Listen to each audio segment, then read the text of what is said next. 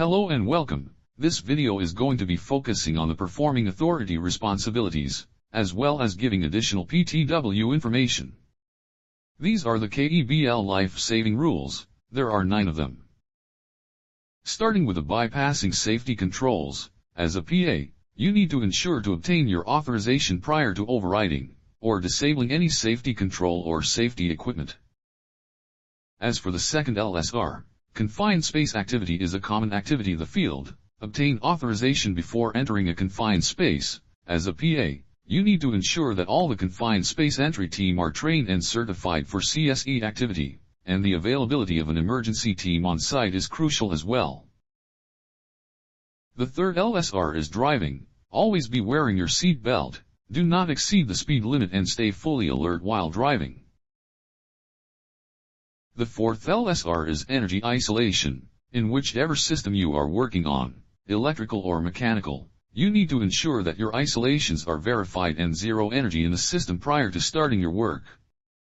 The fifth LSR is hot work. Before starting any hot work activity, you must first identify all the flammable material, and remove or isolate them from your hot work activity, as well as carrying out continuous gas testing. The sixth LSR is line of fire. Obey your work procedure. Do not position yourself in harm's way. Stay away from moving objects, vehicles, pressurized points, drop zones, and exclusion zones. The seventh LSR is safe mechanical lifting. Confirm that your lifting appliance is certified and operated by a certified operator. Ensure the lifting team is certified as well. Approved lifting plan in place. Area barricaded and no entry for any personnel outside the lifting team, and prohibit walking under suspended load. The eighth LSR is work authorization. If you do not have a valid permit, you are not authorized to do any work. Whenever you have any changes in the work conditions, you may need to reassess and get a new authorization. And the last one is the ninth LSR, working at height. Ensure that your fall protection equipment are certified and visually inspected. Any working at height personnel must have work at height third-party training. All tools must be secured to a proper tool lanyard and belt, and tie off only to 100% secured anchor points. As a PA, it is important that you understand the KEBL life-saving rules, as you need to ensure that your activity on site does not violate any of them. At Block 9, there are 4 types of permits implemented at the oil field. The cold work permit. A work permit issued for the performance of work where a source of ignition is unlikely. This includes but is not limited to bolting and unbolting flanges on pipelines, vessels, and equipment, work on electrical or instrument equipment, which is incapable of being energized or activated, manual excavations, overriding critical safety devices such as fire, heat, H2S, L.E.L. detection systems. Hot work permit. A work permit issued for the performance of work involving naked flames or producing heat and/or sparks, which are almost certain to ignite a flammable atmosphere. Examples include welding, flame cutting, grinding, electrical induction preheating and stress relieving. Spark potential work permit. A work permit issued for the performance of work involving low energy sources like hand tools and non-sparking portable electrical equipment, which are likely to cause ignition only if there is a fault. Examples include grit blasting, using hydraulic or hammer wrenches. Braking containment work permit. A work permit issued when breaking the integrity of process piping or equipment that may contain toxic or hazardous products. It is a planned loss of containment where there is potential for trap pressure, or exposure to a toxic commodity or unknown material. As a PA, you need to understand what is the permit to work system. Permit to work system is a formal recorded process used to control work which is identified as potentially hazardous. It is also a means of communication between site installation management, plant supervisors, and operators and those who carry out the hazardous work. What are the purpose or objectives of applying the PTW system? First, it provides clarity to people carrying out the job, nature and extent of the job and the hazards involved, and any limitations on the extent of the work and the time during which the job may be carried out. Second, it ensures that the person in direct charge of a unit, plant, or installation is aware of all hazardous work being carried out in that location. Third, it ensures that the proper authorization of designated work. This may be work of certain types, or work of any type within certain designated areas other than normal operations. Permit to work system shall be considered whenever it is intended to carry out work which may adversely affect the safety of personnel, plant, or the environment within Block 9 oil field. This includes maintenance, repair, inspection, testing, alteration, construction, dismantling, modification, cleaning, etc.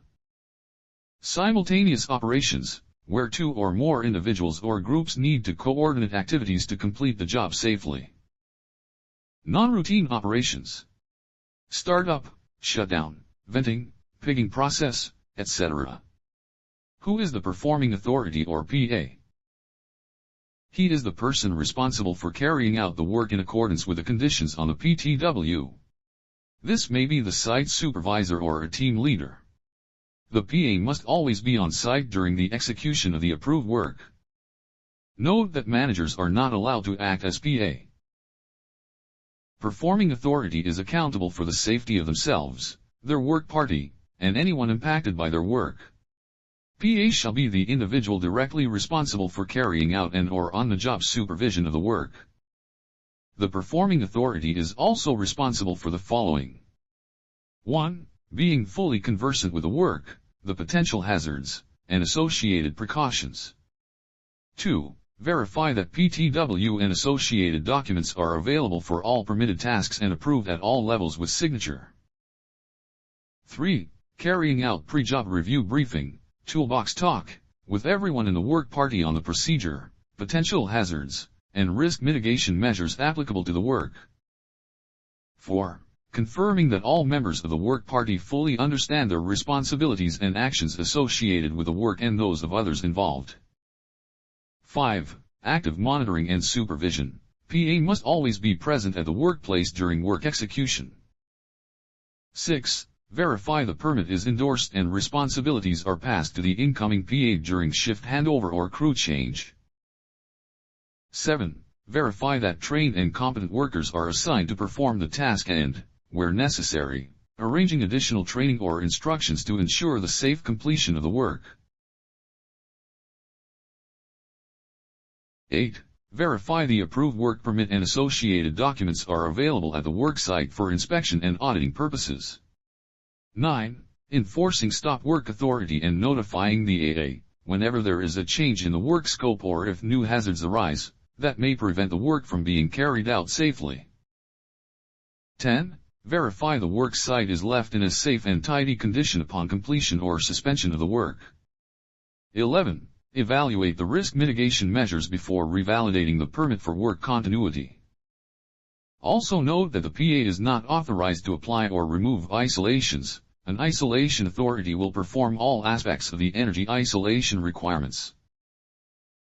The performing authority is responsible for the safe preparation of the work site. As for method statement, JHA, risk assessment or equipment preparation procedures, shall be prepared and completed prior to the work site preparation. Performing authority shall liaise with the isolation authority to mark up any relevant P&IDs and or using detailed valve isolation lists. Mandatory for all confined space entry. Any handled material shall be assessed to identify the hazards, and assess the existing conditions in accordance with the scope of work. Having a risk mitigation plan in place plays a key part of performing your job safely. As you can see, here are some examples of risk mitigations which you may require to apply depending on your work. Your work may require isolation. If so, then you need to know what method on isolation is needed. The correct positioning of your mobile and heavy equipment on site also plays a key role in keeping your activity safe. You may need task-specific personal protective equipment like self-contained breathing apparatus, or face shield, or ear plugs, or eye goggles and so on. Initial and continuous gas testing may be required to ensure oxygen level is safe and carbon monoxide level is minimal, or to ensure no H2S gas is on site. And finally, you may need to have an emergency plan, with designated emergency team, and proper rescue equipment on site like SCBA, stretcher, first aid kit, and so on. Thank you for watching.